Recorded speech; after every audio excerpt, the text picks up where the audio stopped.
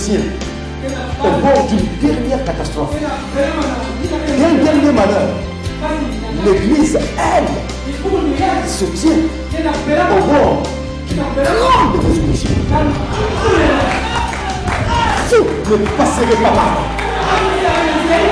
Vous n'allez pas vivre seul. La troisième guerre mondiale, le troisième malheur, aura lieu pendant la grande tribulation.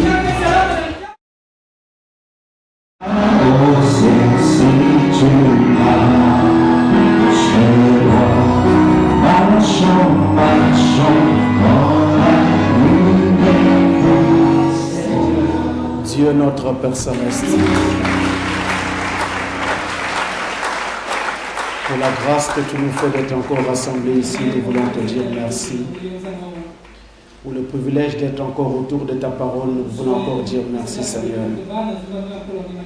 Les choses que nous sommes en train d'étudier dans ces temps de la fin sont tellement profondes, Seigneur.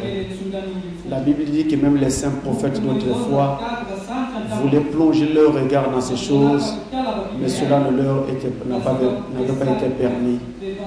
Mais à nous, cette grâce a été donnée.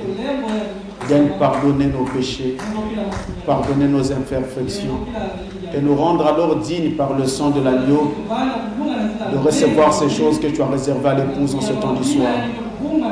Quand cette réunion aura pris fin, accorde que la vision de chacun change et que plus personne ne soit la même et que plus personne ne regarde comme auparavant. Accorde, Père Céleste, que notre vision soit renouvelée et que nous ayons chacun par la grâce de Dieu une nouvelle immersion. Nous prions que tu le fasses. Et maintenant, au nom de Jésus-Christ dont je suis le serviteur, je menace tous les esprits qui voudront faire que cela ne soit pas ainsi. Depuis l'intérieur de la salle jusqu'à l'extérieur, Seigneur, que ces esprits soient chassés parfaitement, Seigneur, et qu'il en soit de même partout ce message ira. Que ton peuple soit béni et que toi tu sois béni dans nos âmes au nom de Jésus-Christ. Amen.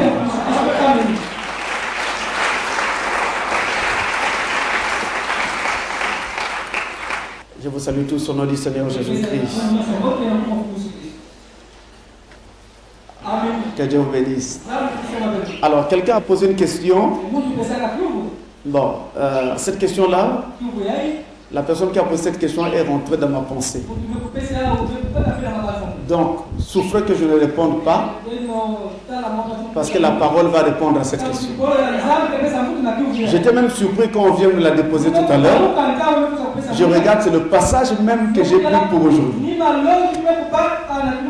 Je comprends seulement que c'est une confirmation, c'est Dieu qui voulait qu'on apporte ça maintenant.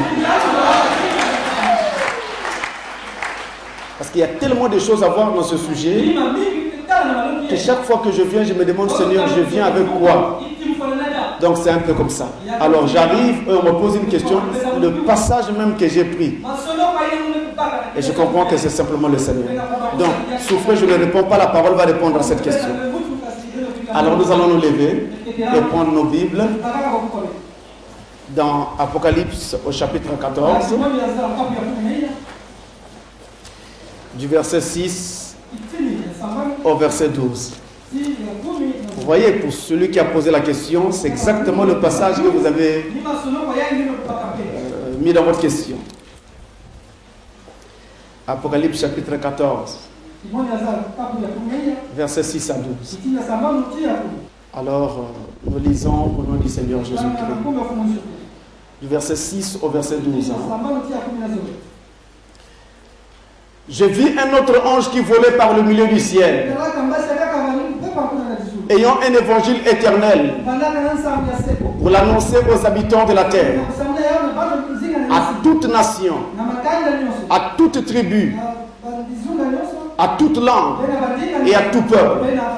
Il disait d'une voix forte, craignez Dieu et donnez-lui gloire, car l'heure de son jugement est venue, et adorez celui qui a fait le ciel et la terre et la mer et les sources d'eau.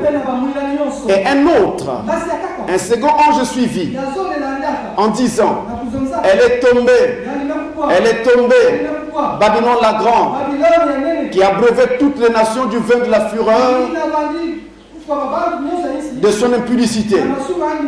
Et un autre, un troisième ange les suivit en disant d'une voix forte: si quelqu'un adore la bête et son image et reçoit une marque sur son front ou sur sa main, il boira lui aussi du vin de la fureur de Dieu, versé sans mélange dans la coupe de sa colère. Et il sera tourmenté dans le feu et le soufre devant les saints anges et devant l'agneau. Et la fumée de leur tourment monte au siècle des siècles. Et ils n'ont de repos ni jour ni nuit, ceux qui adorent la bête et son image, et quiconque reçoit la marque de son nom. C'est ici la persévérance des saints qui gardent le commandement de Dieu et la foi de Jésus. Amen. Encore un mot de prière. Notre Père, nous venons de lire la parole comme tout homme qui sait lire pouvait le faire. Mais pour entrer dans ces choses si mystérieuses, il nous faut l'aide du Saint-Esprit. Seigneur notre Dieu, donne-moi simplement une résurrection temporelle. Écarte l'homme du chemin et prends le contrôle de toutes choses, afin que de ma bouche ne sorte que ta parole. Et cette parole, c'est celle-là qui a été destinée à l'épouse en ce dernier jour. Père, nous prions fortement, Père Céleste, que tu te révèles à chacun de nous aujourd'hui. Nous offrons cette prière sous le sang de l'agneau du Calvaire, au nom de Jésus-Christ. Amen. Merci pour vous asseoir.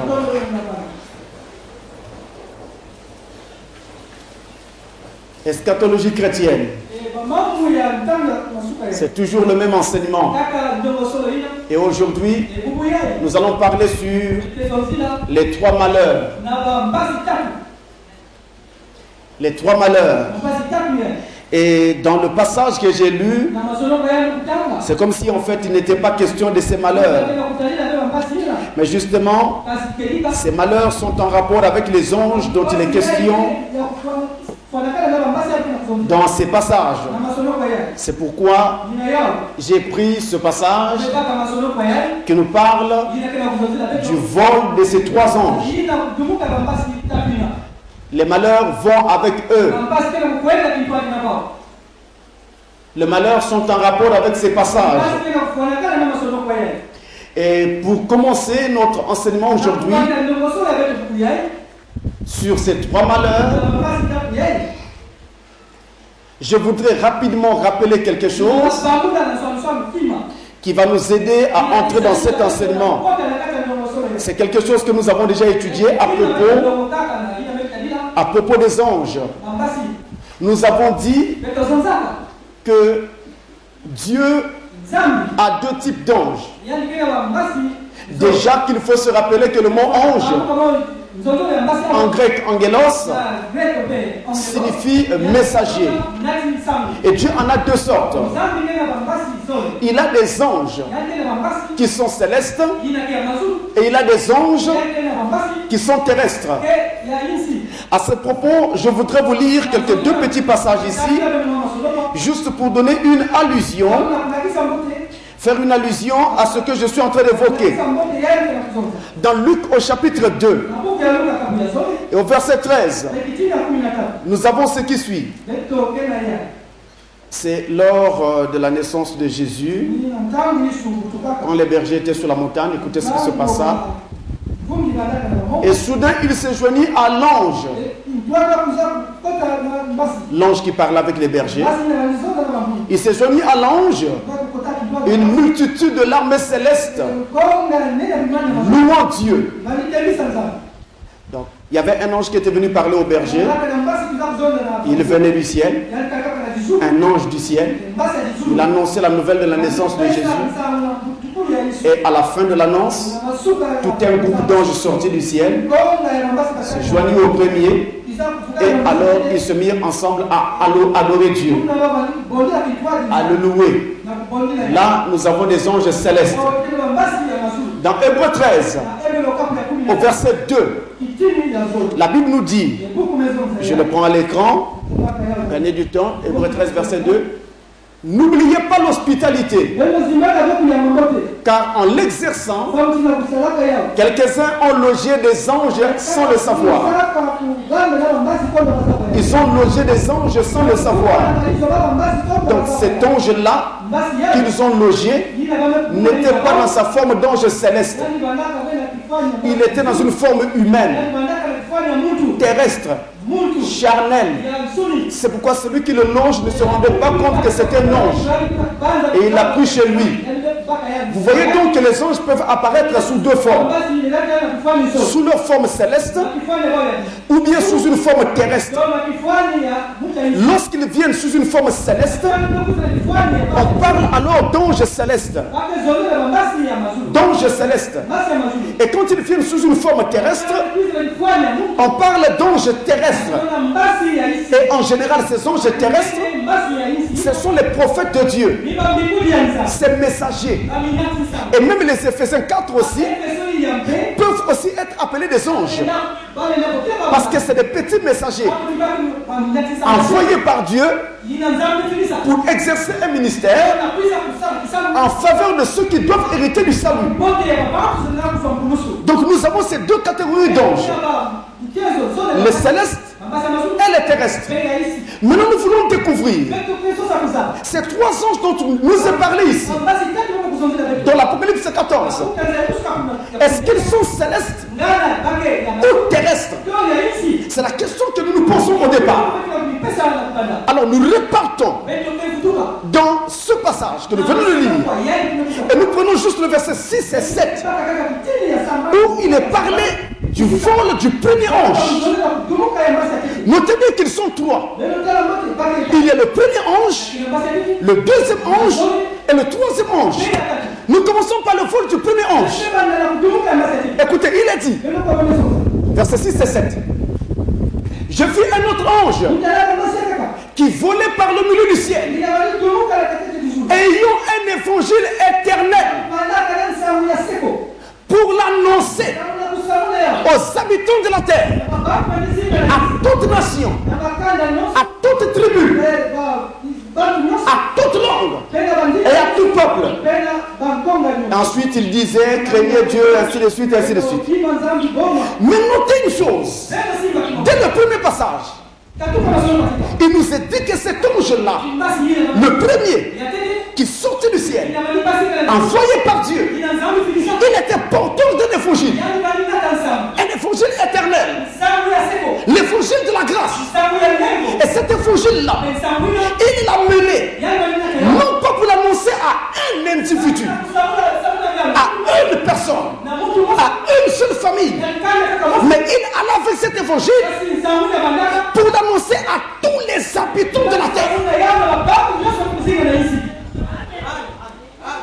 Je ne sais pas si les aigles arrivent déjà. Un ange avec un évangile, non pas pour l'annoncer à une personne, à une famille, mais pour l'annoncer à tous les habitants de la terre. Or, depuis le début de l'histoire de la rédemption, nous n'avons jamais vu un ange envoyé par Dieu pour prêcher l'évangile à tout un peuple. Mais nous avons vu des anges envoyés par Dieu et envoyés pour annoncer l'évangile à une personne, à un individu, mais pas à tout un peuple. Chaque fois que Dieu veut parler à tout un peuple, à toute une génération, à tout un âge, il utilise un homme, un ange de la terre, un prophète. C'est ce qu'il a fait quand il voulait parler à la génération à l'époque de Noé. Il n'a pas envoyé un ange du ciel. Il a choisi un homme appelé Noé. Il prêche à cette génération. C'est la même chose avec Moïse. Pour tout un peuple, Israël. Et pour rendre témoignage devant l'Égypte, il a pris un homme. Mais il aurait pu le faire par un ange. Le choix de Dieu dès le commencement, c'est de ne jamais prêcher aux hommes l'évangile par un ange, mais de toujours le faire par un homme comme eux. L'Éternel, votre Dieu, vous suscitera parmi vos frères un prophète comme moi. Vous l'écouterez. Et donc, si Dieu ne donne pas l'évangile aux anges célestes pour l'apporter aux hommes, mais qu'il donne l'évangile aux hommes pour l'apporter aux hommes, alors ces anges de l'Apocalypse 14 porteurs d'un évangile à donner la terre entière ne pouvaient pas être des anges célestes. Vous commencez à arriver? Ce premier ange n'était pas céleste. Il était terrestre. Et c'est lui. Il était terrestre. Ils sont trois. Ils sont un tour de rôle. C'est que les deux autres aussi sont terrestres. Nous sommes ici en face des anges terrestres envoyés pour une mission précise. Et remarquez que Dieu en parle après avoir parlé des 7 anges, des 7 âges de l'église. C'est alors qu'il parle de ces 3 autres anges. Parce que ces 3-là avaient un ministère vraiment spécial, particulier. Ne perdons pas de temps. Allons droit au but. Qui sont ces hommes?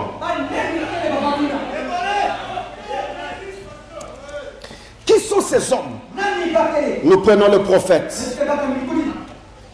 Dans la prédication, en anglais, Mark of the Beast, la marque de la bête.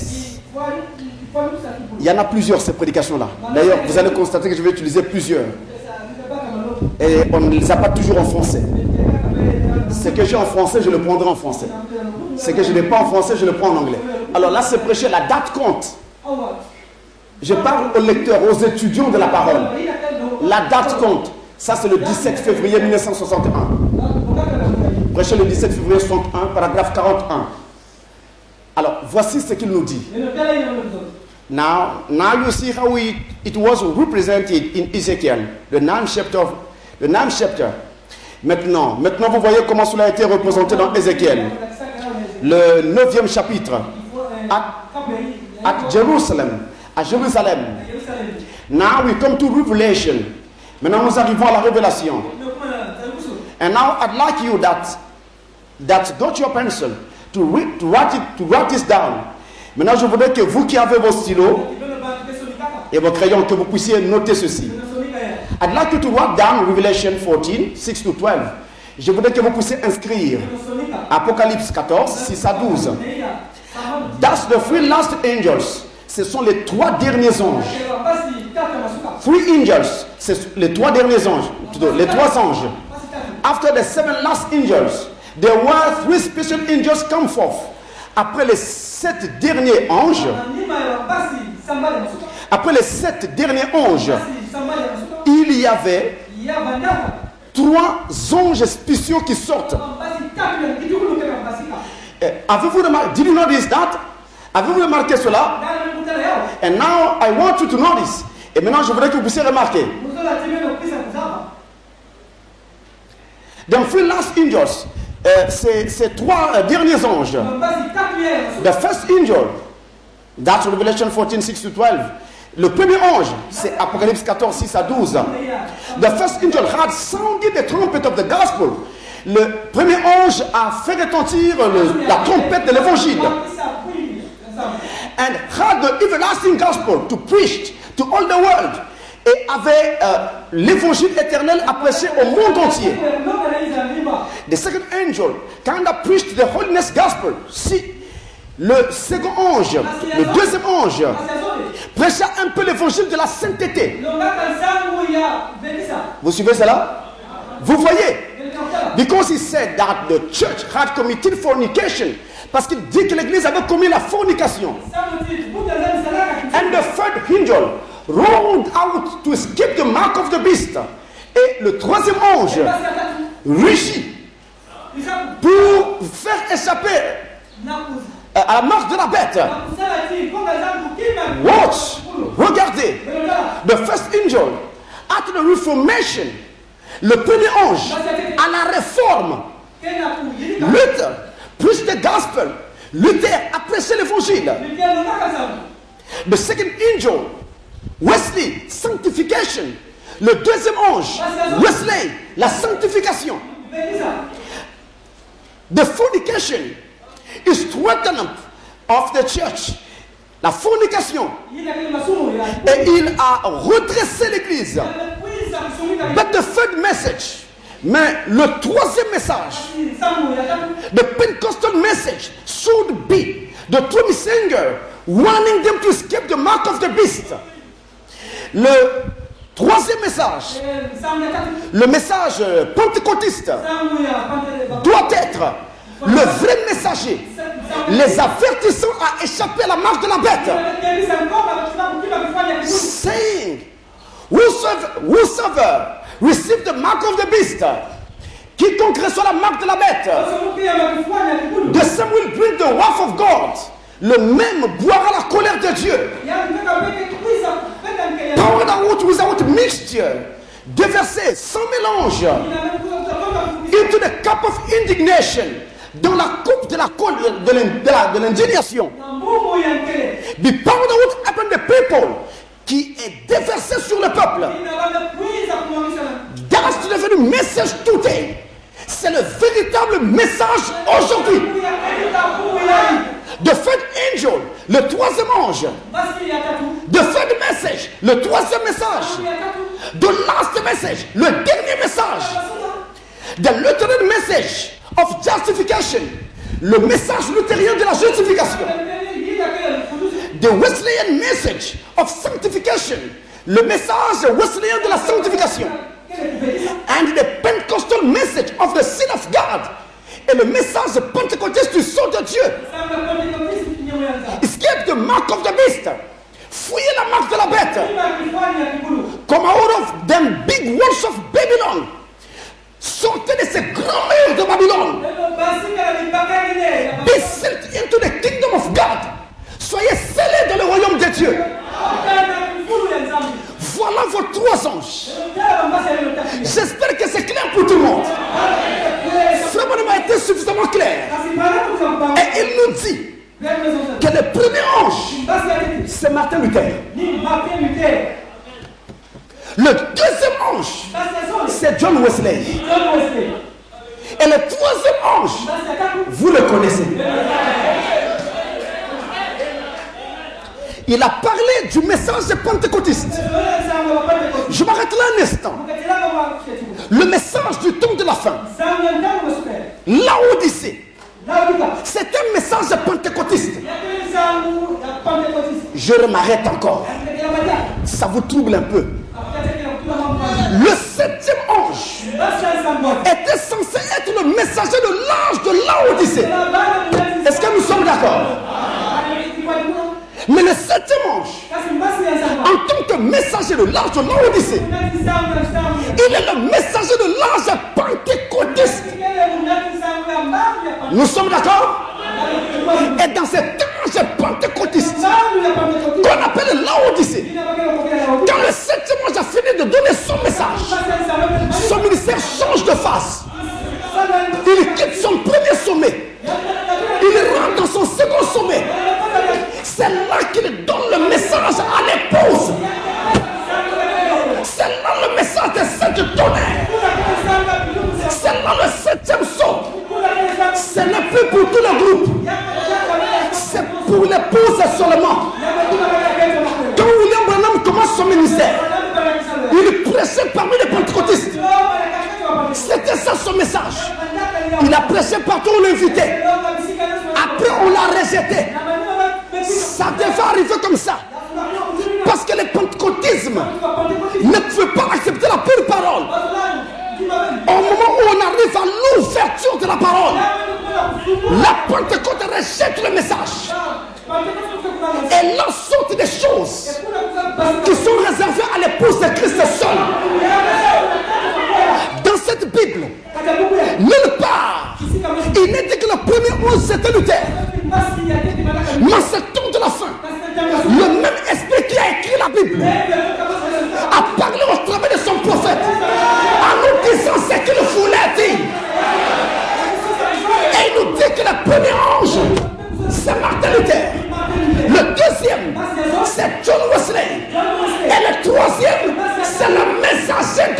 passage. 3 anges avec un ministère spécial. Et d'ailleurs, notez que la Bible nous dit, si on peut me remettre le passage sur Apocalypse 14, verset 6. Regardez ce passage. 14, verset 6. Et je vis un autre ange qui volait par le milieu du ciel. Voilà ce qu'il dit de lui. Et juste après lui vient le deuxième. Après le deuxième vient le troisième. Mais il volait par le milieu du ciel.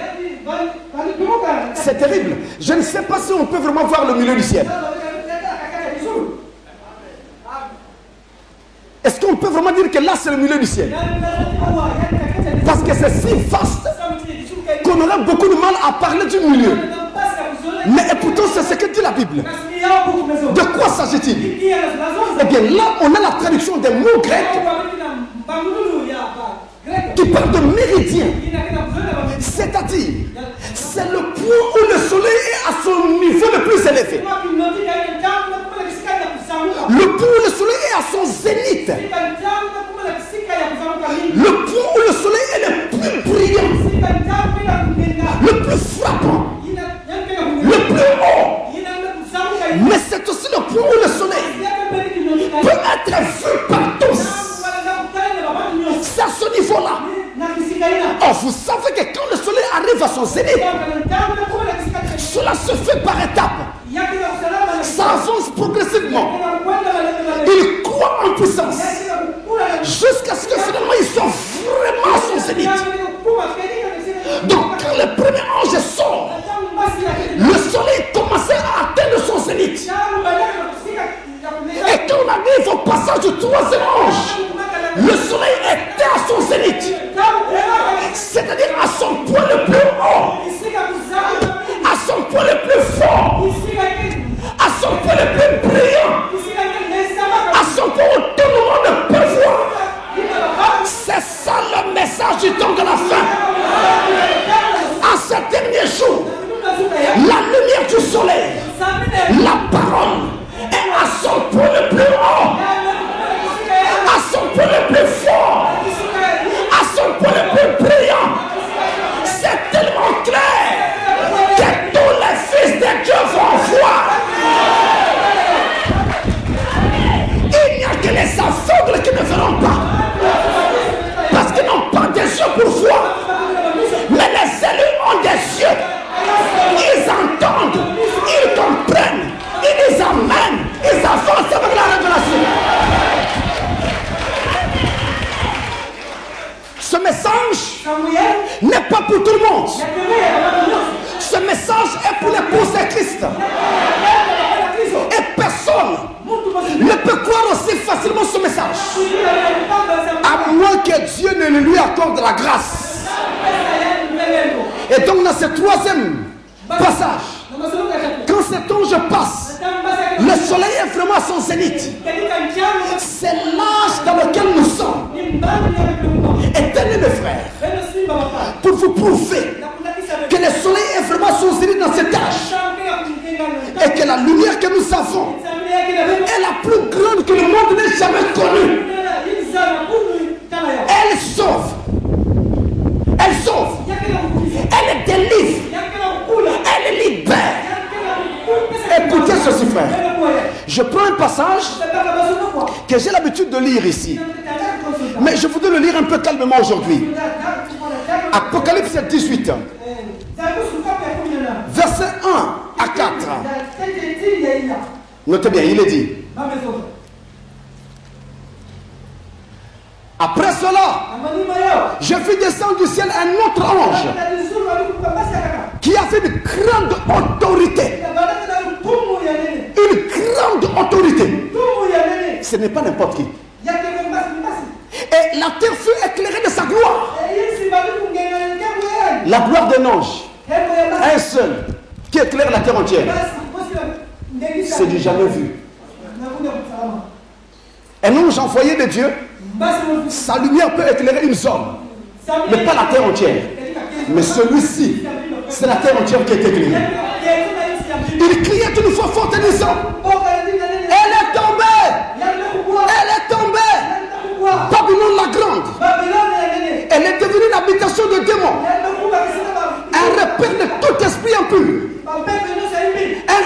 tout oiseau impur est odieux.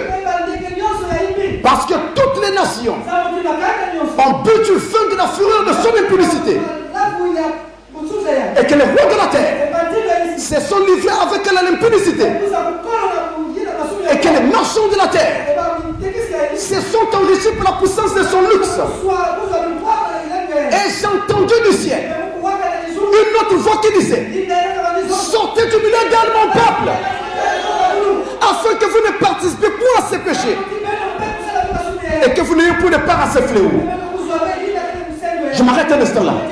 Si vous avez fait très bien attention, vous auriez remarqué que le contenu de ces 4 premiers versets, c'est exactement le message des 3 anges qu'on a lu dans Apocalypse 14. Vous retrouvez les mêmes choses.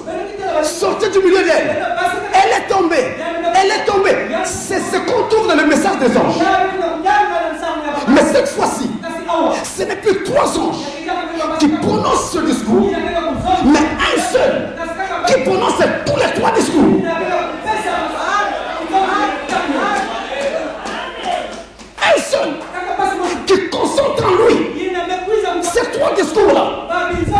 Qu'est-ce que cela veut dire?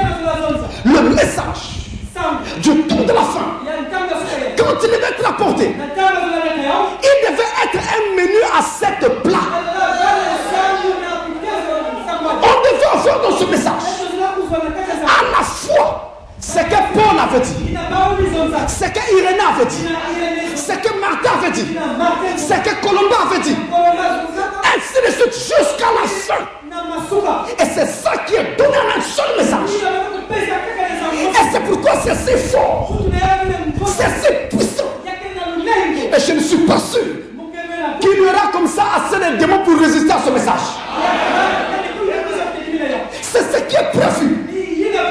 Et l'ange porteur de ce message aura une forte autorité. Et sa lumière éclairera la terre entière.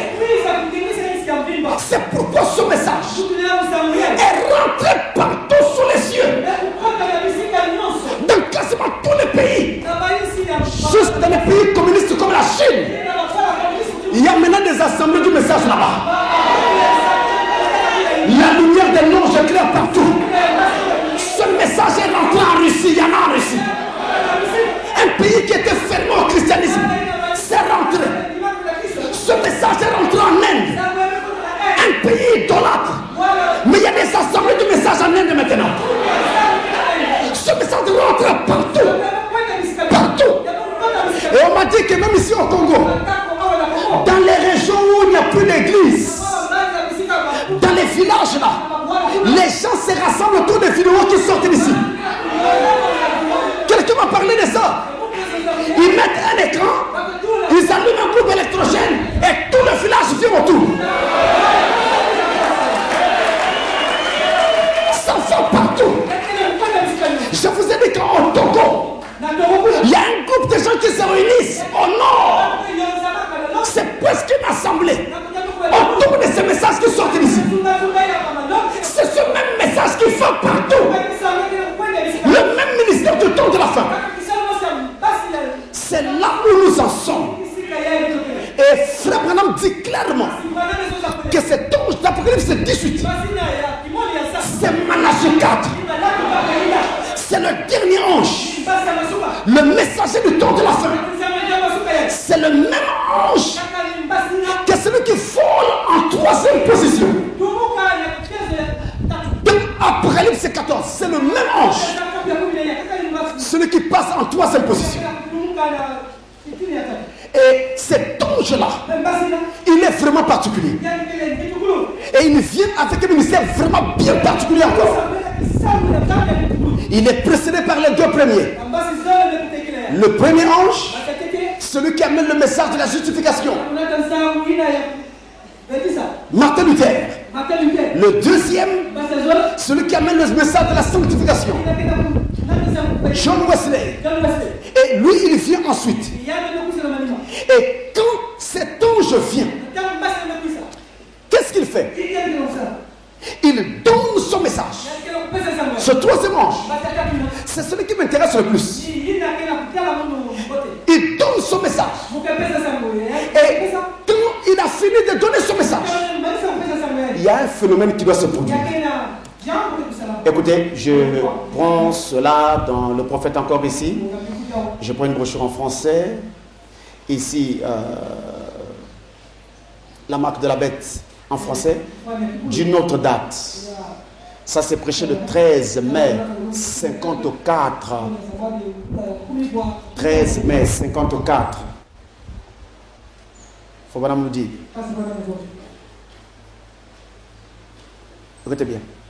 Bon, c'est maintenant le passage du troisième ange. Paragraphe 30, hein? Jusqu'à 32. Il dit, bon, c'est maintenant le message du troisième ange au monde. Et vous savez c'est quel le message du troisième ange? Il est apporté maintenant en ce jour. Est-ce que c'est clair? C'est maintenant le vol du message du troisième ange. Si vous êtes un lecteur de la Bible, tout le monde dit Amen? C'est clair pour tout le monde? On peut avancer. Il y a 3 malheurs qui le suivaient. Ce message-là. Il y a 3 malheurs qui le suivaient. Il continue. Le premier s'est produit dans la Première Guerre mondiale. Le deuxième dans la Seconde Guerre mondiale. Vous voyez dans quoi nous entrons maintenant. Très bien. Nous sommes au bout du chemin. Voilà vos 3 malheurs. C'est rattaché au ministère du dernier ange. Celui qui passe en 3e position. Le premier passe pendant l'âge de Sardes.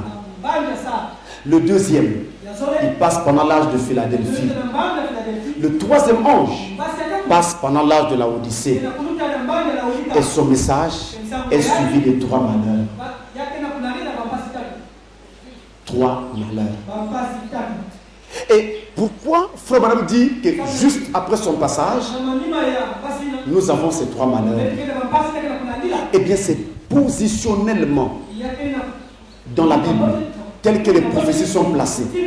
C'est la position des prophéties qui fait dire cela à Frère Madame.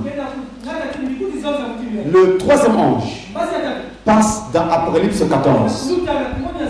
Les 3 malheurs arrivent dans Apocalypse 16. Alors nous prenons cela. Apocalypse 16. Versets 1 à 4. Et j'ai entendu une voix forte qui venait du temple et qui disait aux 7 anges, allez et versez sur la terre les 7 coupes de la colère de Dieu. Le premier alla et il versa sa coupe sur la terre. Et un ulcère malin et douloureux frappa les hommes qui avaient la marque de la bête et qui adoraient son image. Le second versa sa coupe de la mer et elle devint du sang comme celui des morts, et tout être vivant mourut, tout ce qui était de la mer. Le 3e versa sa coupe dans les fleuves et dans les sources d'eau, et il déverse du sang. Vous entendez ça? 3 anges qui viennent, chacun avec un malheur. Mais après la proclamation de l'évangile des 3 premiers anges, chacun porteur d'un malheur. Et remarquez encore que ces malheurs-là sont déversés très particulièrement sur la terre et sur les eaux. La terre, vous la connaissez. Nous sommes sur la terre. les eaux, bibliquement parlant, symboliquement parlant, Apocalypse 17, verset 15, ce sont les foules, les peuples, les nations et les langues. Donc ce sont les habitants de la terre qui vont être frappés de tous ces malheurs. Et ce n'est pas pour rien que leurs attaques sont concentrées sur les eaux. C'est réservé à la terre. C'est réservé aux habitants de la terre. Et c'est vraiment terrible. Vraiment terrible. Et le prophète nous aide et ouvre les choses. Il dit que quand ce troisième ange passe, après son passage, on doit vivre ces trois malheurs. Ces trois malheurs vont frapper la terre. Il dit, le premier malheur est arrivé lors de la Première Guerre mondiale. Le deuxième malheur est arrivé lors de la Deuxième Guerre mondiale. Mais il y a un troisième malheur qui n'est pas encore arrivé et qui vient et qui doit arriver. Autrement dit, pour faire simple encore, le premier malheur, c'est la Première Guerre mondiale. Le deuxième malheur, c'est la Deuxième Guerre mondiale. Le troisième malheur qui vient, c'est la Troisième Guerre mondiale. Je vous le dis, en tant que serviteur du Dieu très haut, quels que soient les efforts des hommes pour garder le monde en paix, cette guerre aura lieu. Si vous voulez vous en convaincre, suivez l'actualité et vous verrez les divergences permanentes et constantes entre les Russes et les Américains, entre les Chinois et les Américains. Les Américains et les Européens forment un bloc. Les Chinois, les Russes et les Syriens forment un autre bloc. Vous voyez que les camps se décident. Et lors des premières guerres mondiales, ça s'est passé exactement comme ça. Il y avait des camps qui se combattaient, qui se battaient. Et comme ils avaient des colonies, alors ils incorporaient leurs colonies dans les guerres. C'est comme ça que ces guerres devenaient mondiales. Mes frères, nous ne pouvons pas y échapper. Quand je dis nous, je ne dis pas toi. Quand je dis nous, je parle de la terre.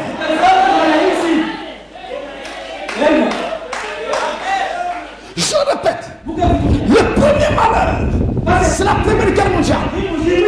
Le deuxième malheur, c'est la Deuxième Guerre mondiale. Le troisième malheur qui vient, c'est la Troisième Guerre mondiale. Quand les gens ont dit que la fin du monde devait arriver le 21 décembre 2012, il y avait des églises qui étaient paniquées, des pasteurs qui étaient troublés, renversés. Ça se prêchait même dans les églises. Nous avons fait une émission de télévision avant cette date-là devant tout le monde. Et j'ai dit à tout le monde que le monde ne prendra pas fin le 21 décembre 2012. J'ai dit pourquoi. J'ai démontré. Et j'ai donné rendez-vous aux gens. Rendez-vous au lendemain. Le 22 décembre. Vous verrez que tout sera intact. Comme jamais auparavant. Parce que la Bible est le seul livre de la prophétie de Dieu. Et la preuve est là. 2012 est passé. Maintenant nous sommes en 2015. Il y avait des pasteurs qui troublaient les gens.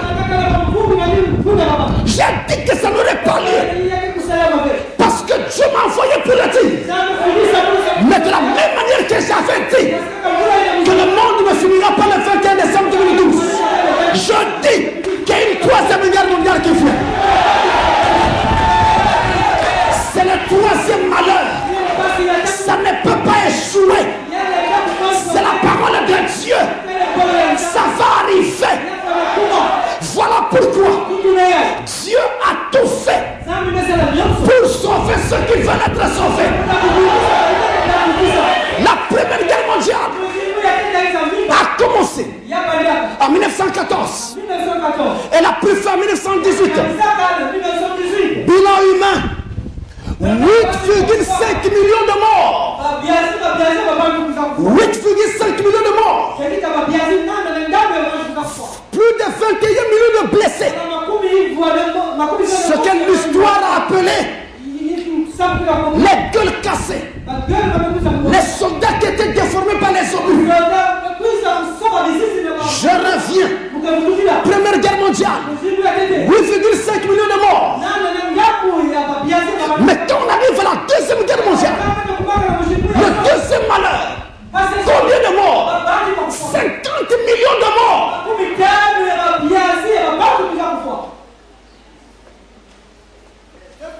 Jamais conflit n'a amené autant de morts.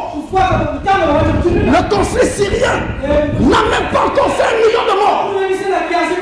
Mais le deuxième malheur fait 50 millions de morts.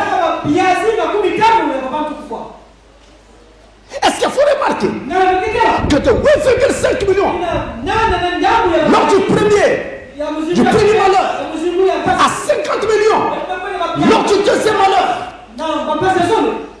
on a fait un bond de presque 6 fois le nombre de la Première Guerre mondiale, le nombre de morts de la Première Guerre mondiale. 5,8 fois ce nombre-là pour avoir ces 50 millions. Et regardez l'écart. Dis donc, entre 8 et 50, regardez l'écart. Et ça, c'était hier. La Deuxième Guerre mondiale. 1939. 1945. C'était hier. Aujourd'hui, les hommes ont des armes de plus en plus sophistiquées. Ils ont des drones. Ils ont des bombes à fragmentation. Ils ont des armes chimiques. Ils ont des trains nucléaires. Comme la Russie. Un train que les États-Unis ont toujours craint. Peu importe le conflit, ils mettent ce train quelque part. Quand il relève son canon, c'est la débandade. Qu'est-ce qui va arriver? Ne vous en faites pas. Toutes ces nations-là aujourd'hui sont super armées. La France a une arme nucléaire qui se déploie en 6 secondes. Donc en cas d'attaque, dans les 6 secondes qui suivent, cette arme se déploie. Dans 6 secondes. Et quand il envoie son canon, c'est la débandade. Et tous les autres pays là ne sont pas en reste. Ils se craignent entre eux. Ils savent quelle est la force de l'autre. N'oubliez pas aussi Israël. Il a l'arme nucléaire. Sans compter le champion de tous, les États-Unis. Mais ne vous en faites pas. Selon la prophétie, elle va perdre sa force. Ils vont connaître un séisme qui va engloutir une bonne partie de la côte ouest américaine. La Californie, Los Angeles ira au fond des eaux. Et donc les bases militaires qui sont là-bas vont être englouties. Et ces armes seront perdues. Ça va affaiblir l'Amérique et ouvrir la voie à la Russie.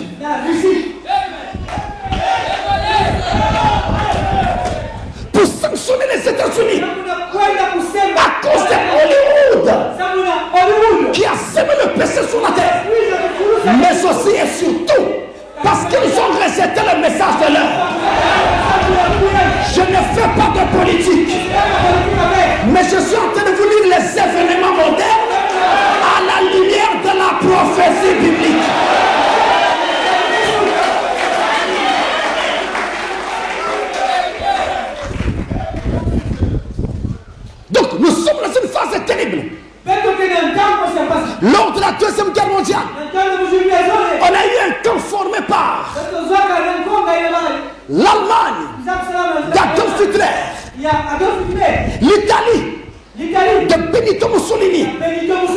le Japon, de l'empereur Hirohito, ils ont formé ce qu'on appelait l'Axe. De l'autre côté, il y a eu le camp des Alliés.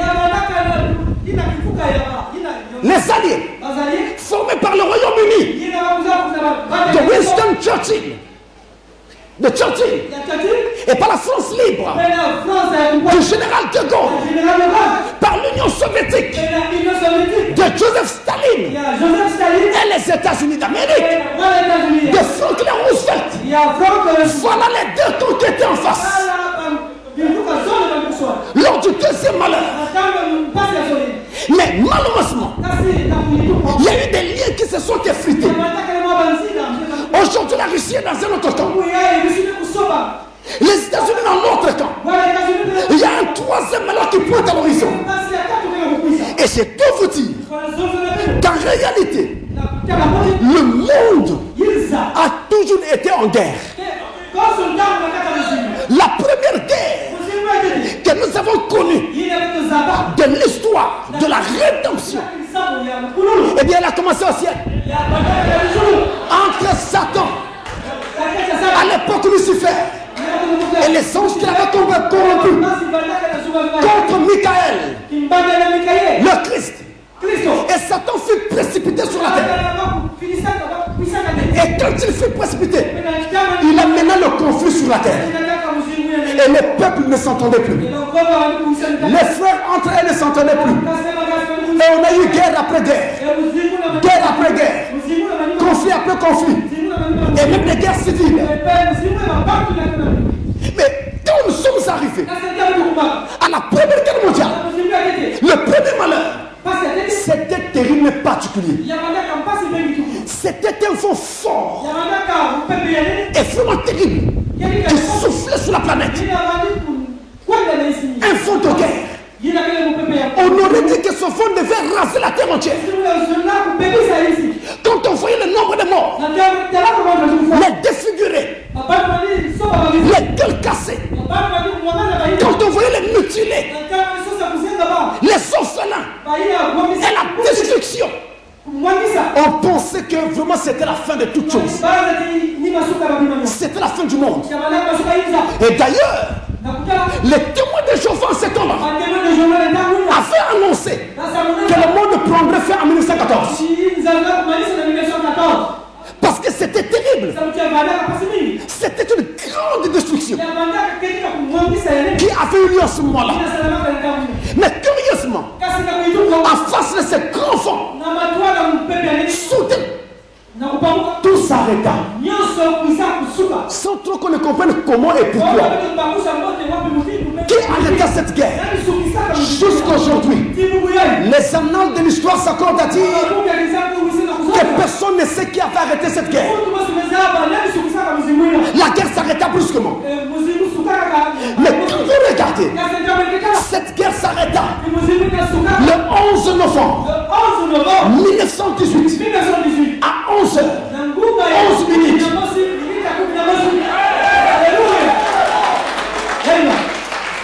C'est un paradoxe.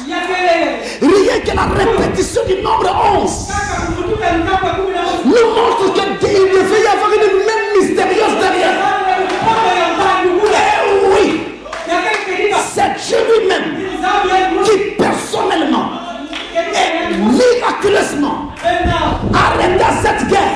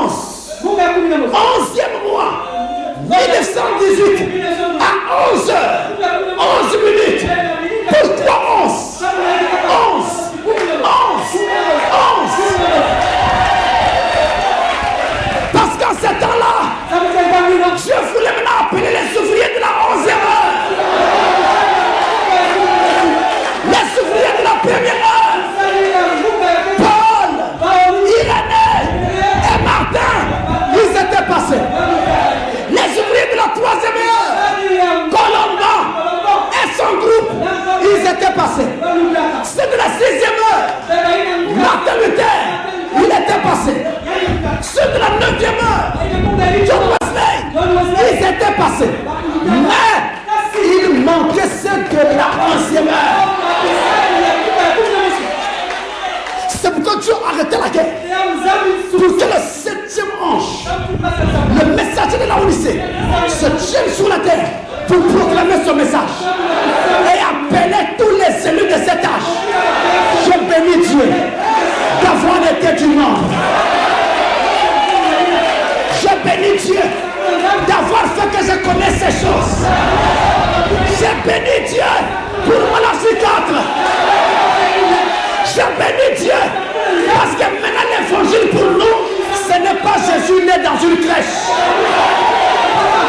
mais c'est l'histoire révélant la prophétie. Alléluia.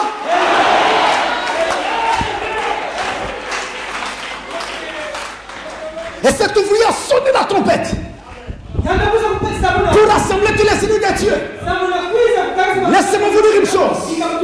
Quand Dieu envoie ses ouvriers, il les prépare, il les sélectionne, il les prédestine, les prépare, les équipe, les instruit, leur donne même leur façon de prêcher pour qu'ils puissent ressembler à lui-même et non pas à quelqu'un d'autre.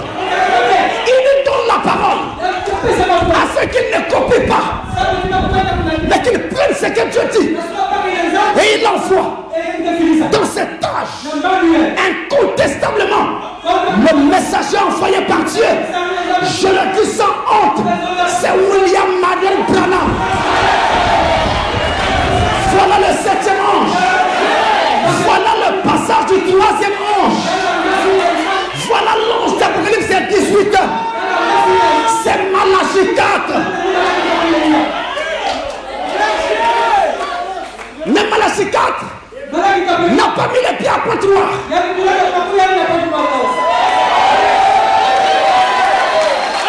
Mais le message de Malachi 4 est prêché dans Pointe-Noire. Qu'est-ce que cela veut dire? Dieu prédestine le messager, il le prépare, mais Dieu prédestine aussi les gens qui continueront le travail. Donc au moment où nous parlons, il n'y a rien qui est étranger à Dieu. Il avait vu avant la fondation du monde un homme mince, un peu élancé, un peu près.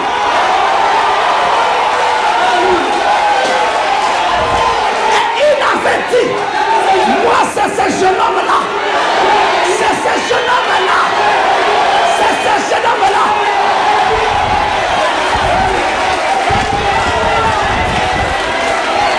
Et quand tu prêches là, les gens vont se retrouver. Beaucoup d'entre vous ici étaient dans les dénominations. Mais vous avez entendu, vous vous êtes retrouvés. Cet évangile-là, c'est ça la parole. C'est ça la vérité. C'est ça la parole.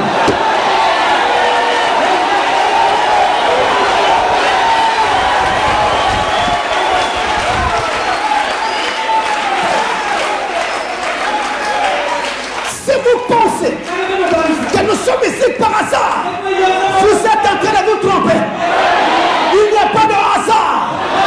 C'est le plan de Dieu. C'est sa prédestination. C'est que Dieu est en train de faire. Il est en train de sauver ton âme.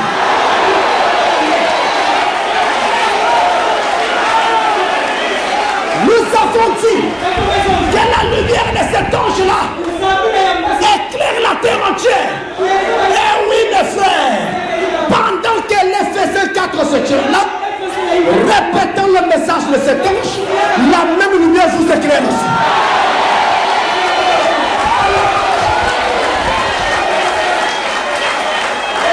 Écoutez la meilleure. Frère Branham dit, la lumière de cet ange qui éclaire la terre entière, c'est le Saint-Esprit. ce message. Et quoi ce message? Reçoivent le Saint-Esprit. On y amène là-bas. C'est-à-dire, même maintenant, si tu n'avais pas le Saint-Esprit, dis seulement Amen, il va rencontrer.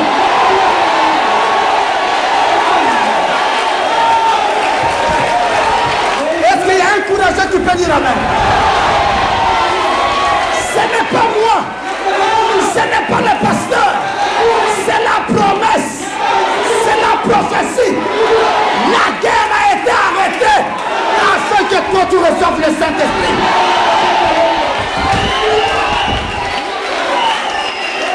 Et la guerre ne recommencera pas, la guerre ne reprendra pas tant que le dernier élu n'est pas encore scellé du Saint-Esprit.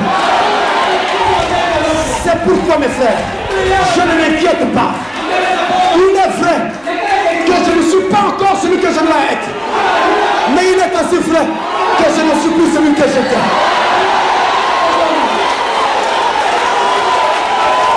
Et chaque fois que je viens à l'église et que je sors, quelque chose change en moi. Quelque chose s'ajoute. Quelque chose prend place.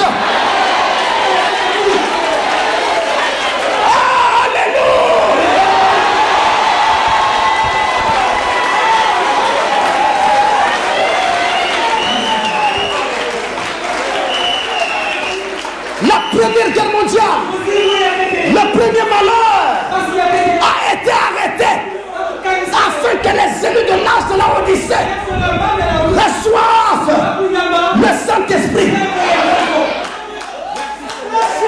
pour qu'ils reconnaissent leur jour et son message. Nous sommes dans le jour et nous savons son message. Gloire à Dieu. Si c'était à refaire, si ma vie était à refaire, je n'irais jamais dans une dénomination. J'irais directement dans le message. C'est le message du Saint-Esprit. Je vous le dis, peu importe qui vous étiez, comment vous étiez, pécheur, mauvais, incrédule, une fois ici, et que tu dis amène ce message, quelque chose change. Est-ce que quelqu'un dit amène ça, mes frères? Quelque chose change.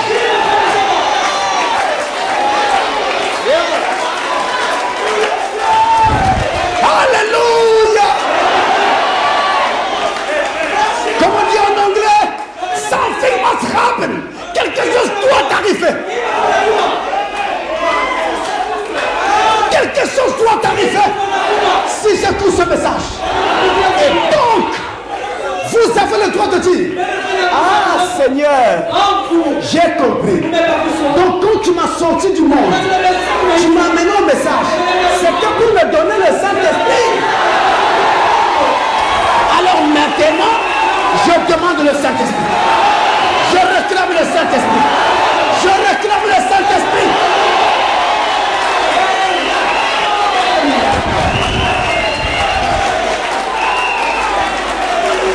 Dieu est dans l'obligation de vous donner le Saint-Esprit.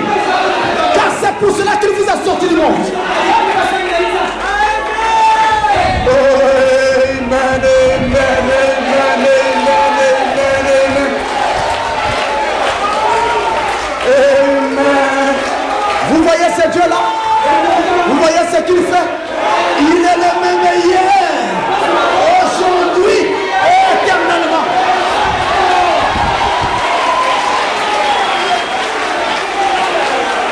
Gloire à Dieu. Quand la Deuxième Guerre mondiale éclate, il y avait un vent encore plus fort, balayant la terre, couchant tous les arbres, tuant tous les hommes. Et là, c'était plus fort que lors de la Première Guerre mondiale. 50 millions de morts. Alors Dieu s'est dit, il faut que j'arrête encore ça. Il parle aux anges. Apocalypse 7, versets 1 à 4. Il parle aux 4 anges qui se tenaient aux 4 coins de la terre et qui étaient chargés d'envoyer les vents sur la terre. Qui étaient ces 4 anges? Les 4 anges d'Apocalypse 7, versets 1 à 4, chargés d'envoyer des vents sur la terre.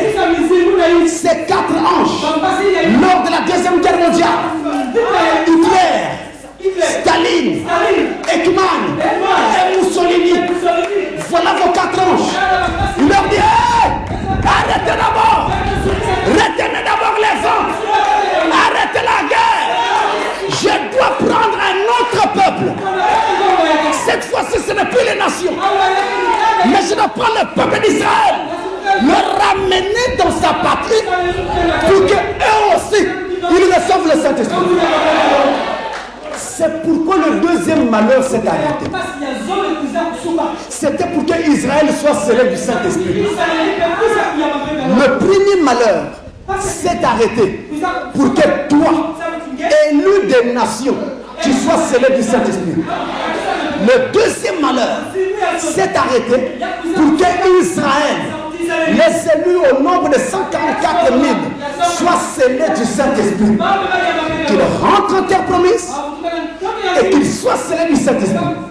C'est pourquoi la Deuxième Guerre mondiale s'est arrêtée.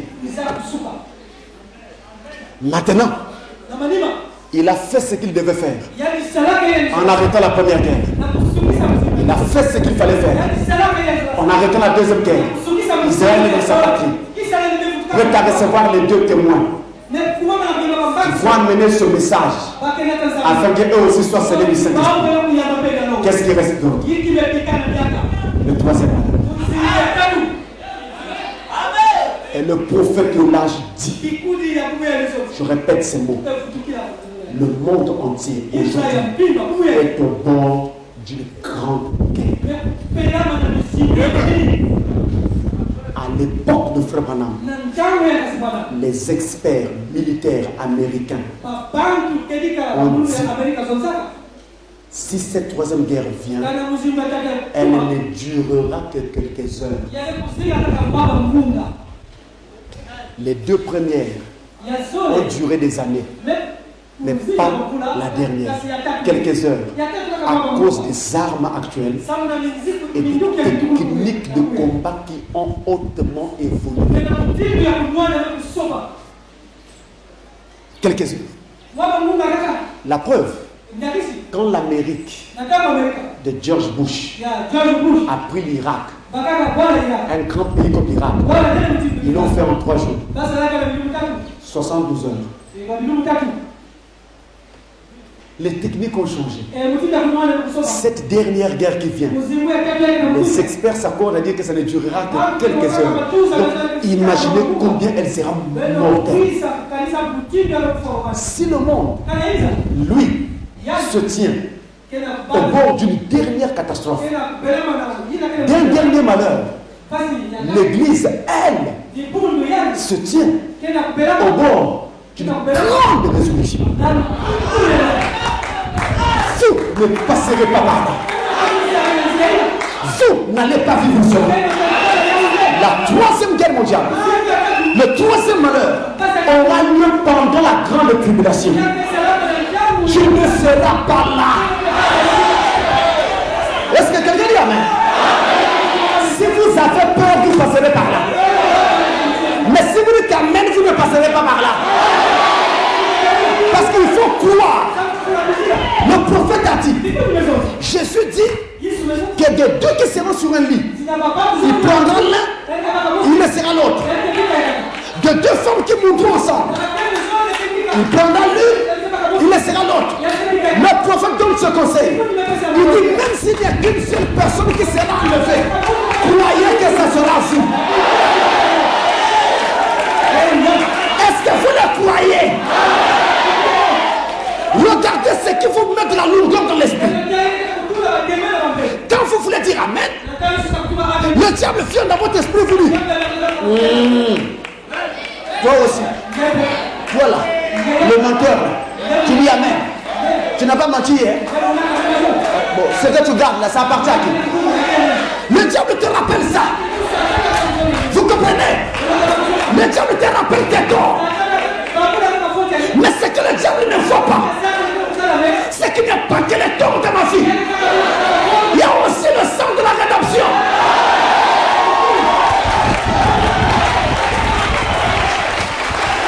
Si Dieu ne regardait qu'à nos fautes, personne ne serait sauvé.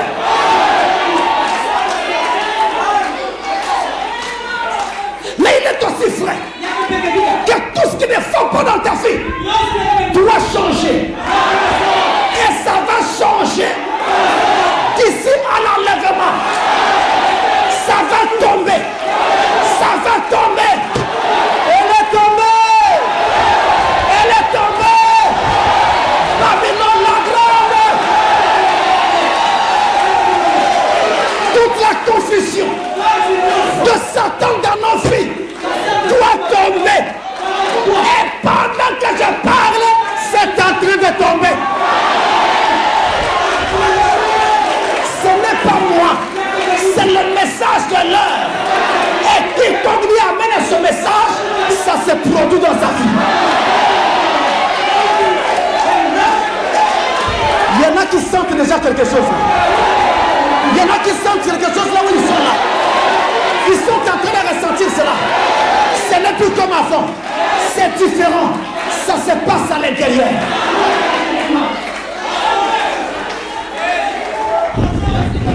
Nous sommes à la fin.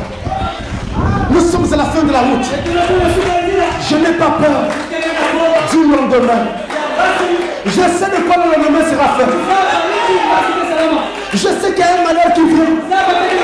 Mais je ne serai pas là. L'épouse de Christ sera enlevée avant la tribulation. Donc avant ce malheur-là, vous allez quitter la terre. Vous allez quitter la terre. Pasteur, moi, je quitterai la terre. Oui.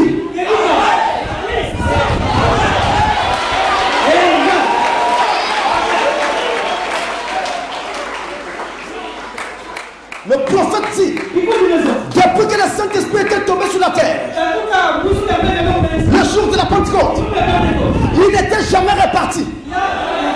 Dieu l'a laissé sur la terre, baptisant les cœurs. Baptisant les cœurs. Et là, il continue à le faire. Il baptise les cœurs. Il y a des gens qui viennent d'arriver aujourd'hui seulement, mais ils sont avec le Saint-Esprit. Baptisant les cœurs. Mais il va arriver un moment où ce Saint-Esprit va quitter la terre et repartir au ciel. Tous ceux qui avaient été baptisés de lui vont monter avec lui. C'est ça le mystère de l'enlèvement. Je suis en route vers Canaan. Je suis en route vers Canaan. Si tu n'es pas prêt, ne m'arrête pas. Moi je suis en route vers Canaan. Alléluia. Nous ne verrons pas ce troisième malheur. Il frappera la terre. Mais autant vous dire tout de suite qu'il n'y aura pas un quatrième malheur. Le troisième sera le dernier. Il sera si dévastateur qu'il ne sera même pas utile d'amener une autre guerre. Ça va avoir lieu pendant la grande tribulation. Dès que l'épouse a quitté la terre. Et je lève ma main pour vous dire, jusqu'à cette date, si tout semble encore retenu, c'est parce que tu es encore ici. Dès que nous aurons quitté la terre, c'est terminé, la déflagration aura lieu. C'est nous qui empêchons cela d'avoir lieu. Quand Dieu aura rendu chacun de nous prêt et que l'enlèvement aura lieu, les choses vont se déclencher derrière. Et vous qui avez fait un peu d'histoire et de géographie à l'école, vous vous rappelez que la Première Guerre mondiale a eu une cause indirecte avant d'avoir une cause directe.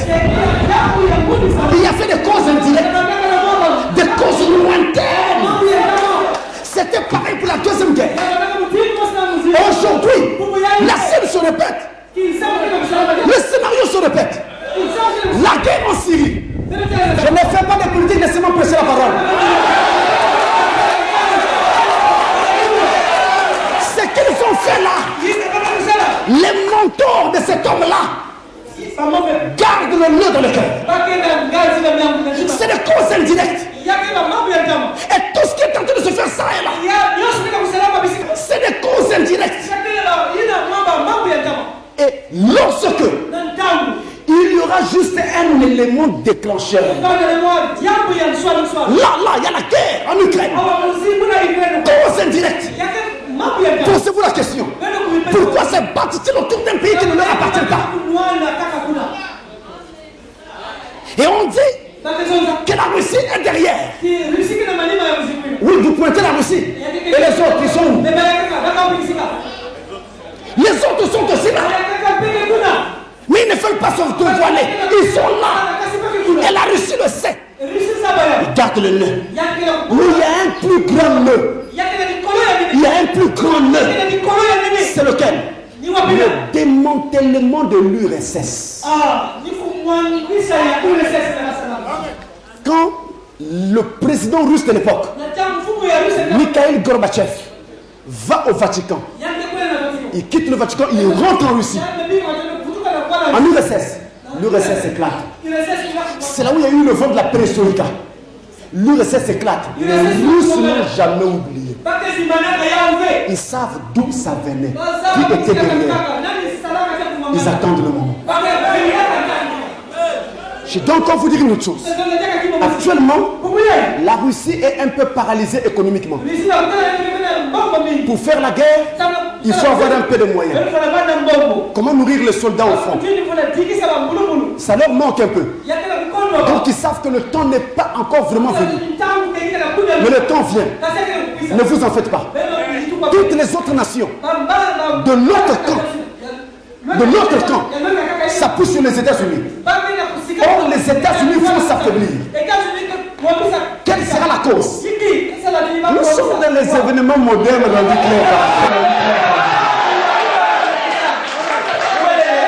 L'Amérique a toujours soutenu Israël. Et là, il fait bien. Mais au fur et à mesure qu'on avance, c'est l'effet des présidents aux États-Unis qui ne font plus avoir le même regard sur Israël. Et vont plutôt s'appuyer sur les Arabes. Et le prophète dit, ça sera l'horreur fatale des Américains. Le prophète dit, béni soit celui qui bénira Israël. Mais maudit soit celui qui maudira Israël. Vous n'avez peut-être pas fait attention. Ça a déjà commencé à avoir lieu. Lisez les annales. Jésus est ça. On vous dira que l'actuel président est le président, en tout cas qui a été le moins bon vis-à-vis d'Israël. Il a poli des choses qu'il ne fallait pas. Et Netanyahou arrive et dit, bon, si vous ne voulez plus nous donner ce que vous nous donniez avant, nous allons prendre nos armes, nous les vendons à la Chine. Ne faites pas ça. Parce que la technologie mondiale, oh Dieu, contrairement à ce que vous pensez, la technologie mondiale est conduite par Israël. Les armes, tout ce qui est technologie, la SIM qui est dans votre téléphone, c'est Israël. Les SMS que vous envoyez, c'est une technologie juive qu'ils ont vendu à une société américaine. Donc les grands industriels américains et européens vont en Israël pour acheter les technologies et aller les vulgariser. L'imprimante que vous utilisez là, qu'il soit HP, Epson, je ne sais pas quoi, la technologie vient d'Israël. L'opération au laser en médecine, la technologie vient d'Israël. Qu'est-ce que vous me direz? Qui ne vient pas d'Israël? C'est eux qui inventent les technologies et qui les vendent aux Américains et aux Européens. Mais ils ont fait peur à l'Amérique. Si vous essayez d'échanger avec ton gouvernement là, nous vendons nos armes aux Chinois. Vous voyez comment ça s'échoue, nous surveillons tout. Parce que nous surveillons les prophéties. La Bible dit veillez sur la parole prophétique. Nous ne surveillons rien pour renverser un quelconque régime. Ça ne nous intéresse pas. Qu'est-ce qu'on va faire avec un régime de la terre? Nous sommes en train de partir. Vous nous parlez de la terre. Je vais lutter ici pour avoir quoi? Pour avoir quoi? Il y a quoi ici qui n'est pas éphémère? C'est que de la ouate éternelle. Et tout ce que je vous dis, c'est dans un seul intérêt. Jésus-Christ. Qu'il se fasse chair dans vos cœurs. Loin de la politique. Loin des polémiques. Mais c'est la parole de Dieu s'accomplissant dans le silence. Nous sommes au temps de la fin. Et le prophète a dit, nous sommes au bout du chemin. Chacun doit dire, Seigneur, ne me laisse pas passer par là. Chacun doit dire, Seigneur, donne-moi le Saint-Esprit. Chacun doit dire, Seigneur, ne me laisse pas passer par là. C'est ça, vos trois malheurs. Ces trois malheurs viennent suivant le dernier ange. Le troisième ange, d'après Apocalypse 14. Le septième ange, d'après Apocalypse 3. C'est le 7 âge de l'église. L'ange à la grande autorité, selon Apocalypse 18. C'est cet ange-là qui donnait les révélations à l'apôtre Jean. Et que Jean voulait adorer. Mais il dit à Jean, je suis ton compagnon de service. Ne m'endors pas. Voilà la lumière. Voilà vos trois malheurs. Frère Branham a commencé son ministère en l'an 33. Je veux dire en 1933. Maintenant, la première guerre mondiale a eu lieu en 1914. Branham commence après. Pendant la première guerre mondiale, il était encore un enfant. Il était déjà né. Mais il était encore un enfant. Mais pourquoi on dit que ces trois malheurs suivraient cet ange-là? Eh bien, un ange n'est pas seulement caractérisé par son ministère. Un ange est aussi caractérisé par le temps dans lequel son ministère doit opérer. Donc, quand nous sommes en 1933, ou même déjà en 1914, nous sommes déjà dans la dispensation de cet ange-là.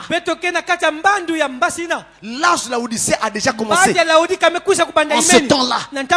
Et donc, c'est compté et attribué au septième ange, le messager de la Odyssée. Et il est dit encore, vous le trouverez dans vos brochures, que ces trois malheurs arrivent pendant la troisième guerre mondiale, pendant la grande tribulation. Il le dit en globalisant. Il le dit en généralisant. Maintenant, quand vous particularisez, vous allez découvrir qu'en réalité, le premier malheur a eu lieu pendant la première guerre. Ce n'était pas la grande tribulation. Le deuxième malheur a eu lieu pendant la deuxième guerre. Ce n'était pas encore la grande tribulation. La grande tribulation vient après l'enlèvement de l'église. Et c'est là qu'intervient le troisième malheur. Et vraiment globalise. Parce que justement la grande tribulation, c'est cette période de prédilection où tous les malheurs vont frapper la terre. Et le dernier de ces trois malheurs s'inscrit là. C'est pourquoi en globalisant, en généralisant, il parle alors de ce temps-là. Mais ces malheurs forment un processus qui commence par le premier et qui s'achève par le dernier malheur. Et le dernier a lieu pendant la grande tribulation. C'est pourquoi il parle de la grande tribulation. Mais rassurez-vous, vous ne serez pas là. Si vous prenez le Saint-Esprit dès maintenant dans votre cœur, il n'y a pas de raison que vous manquiez ce Saint-Esprit. Parce que c'est pour cela que Dieu vous a amené dans ce message. Vous avez le droit de le réclamer. Il va vous l'accorder. Que le Seigneur vous bénisse richement.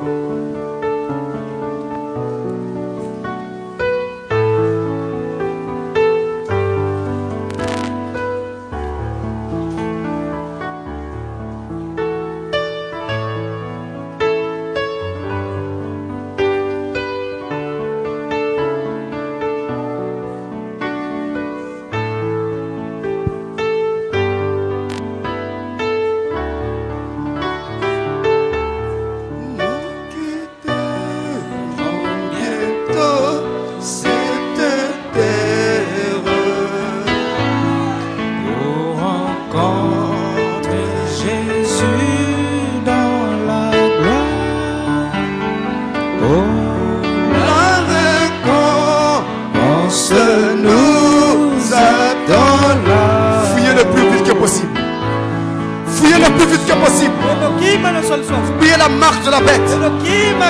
Fouillez la marque de la bête en prenant le sang de Dieu. Nous quitter. Bientôt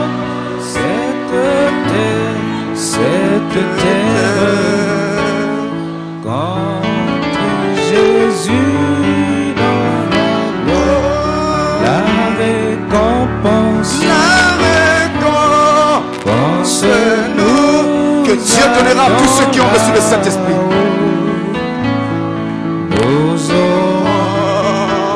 Que chacun se mette déjà en prière. Parlez-lui. Parlez-lui. Seigneur, donne-moi le Saint-Esprit. Seigneur, donne-moi le Saint-Esprit. Donne-moi le Saint-Esprit.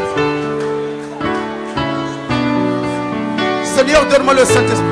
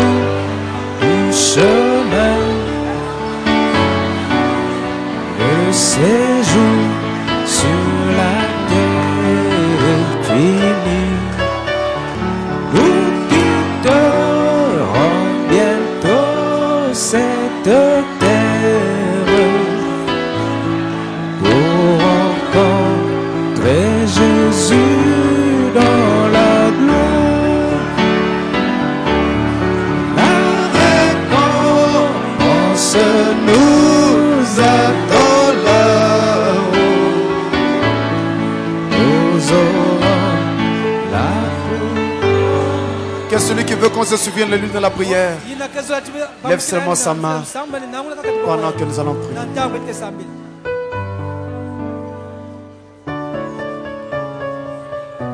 Nous allons prier. Croyez-moi, il y a un temps pour toutes choses. Aussi vrai que ce message est vrai, aussi vrai que nous assistons maintenant au passage du troisième ange, alors le but pour lequel il est passé doit être accompli. Et accompli dans ta vie, dans ma vie, dans la vie de chacun de nous. Où que vous soyez, sous les hangars ou même sous l'arbre là-bas, où que vous soyez, levez seulement votre main, nous allons prier. Dieu notre Père Céleste, nous nous approchons de toi sous le sang de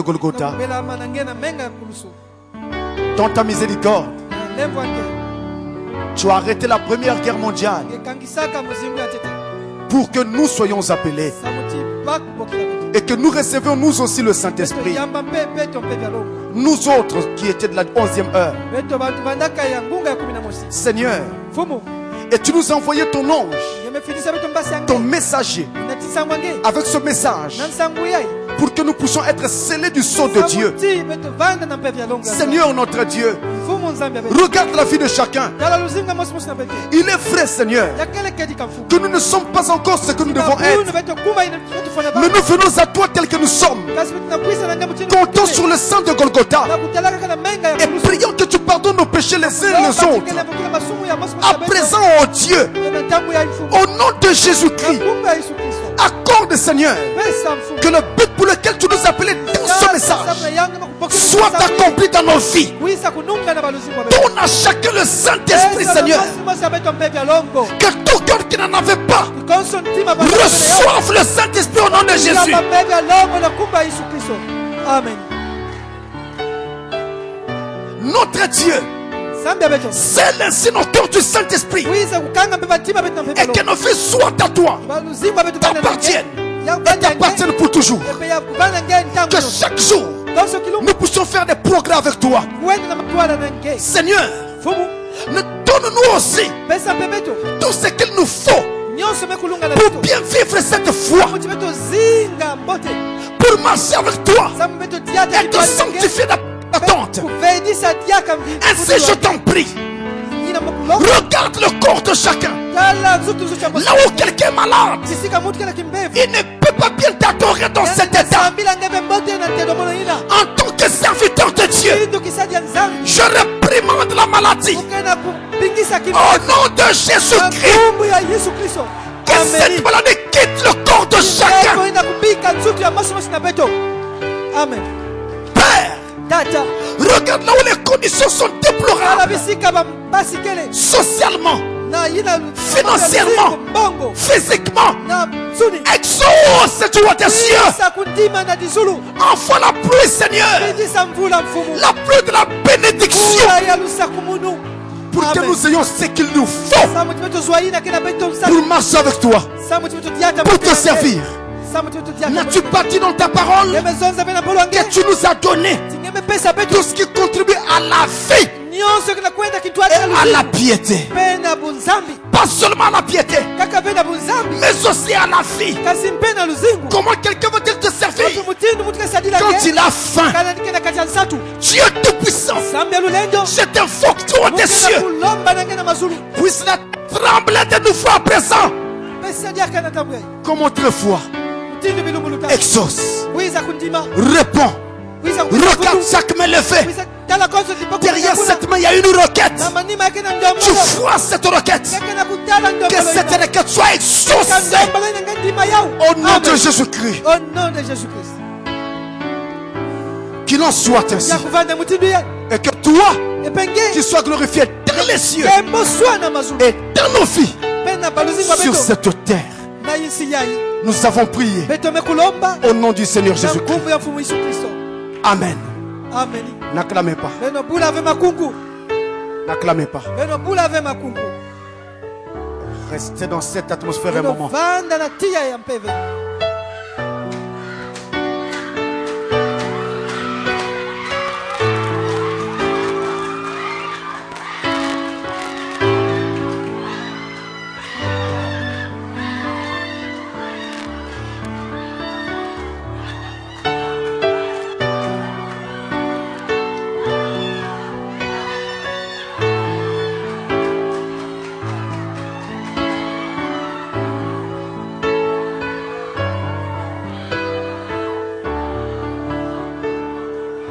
Il ne peut pas mentir.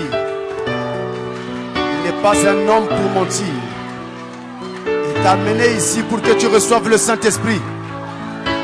Mais il doit aussi veiller sur le reste afin que tu avances avec lui. Il ne peut pas mentir. Ce Dieu-là est vrai. Ce Dieu-là est authentique. Peut-être que tu n'as pas de grands besoins, mais tu as au moins besoin d'une plus grande communion avec lui.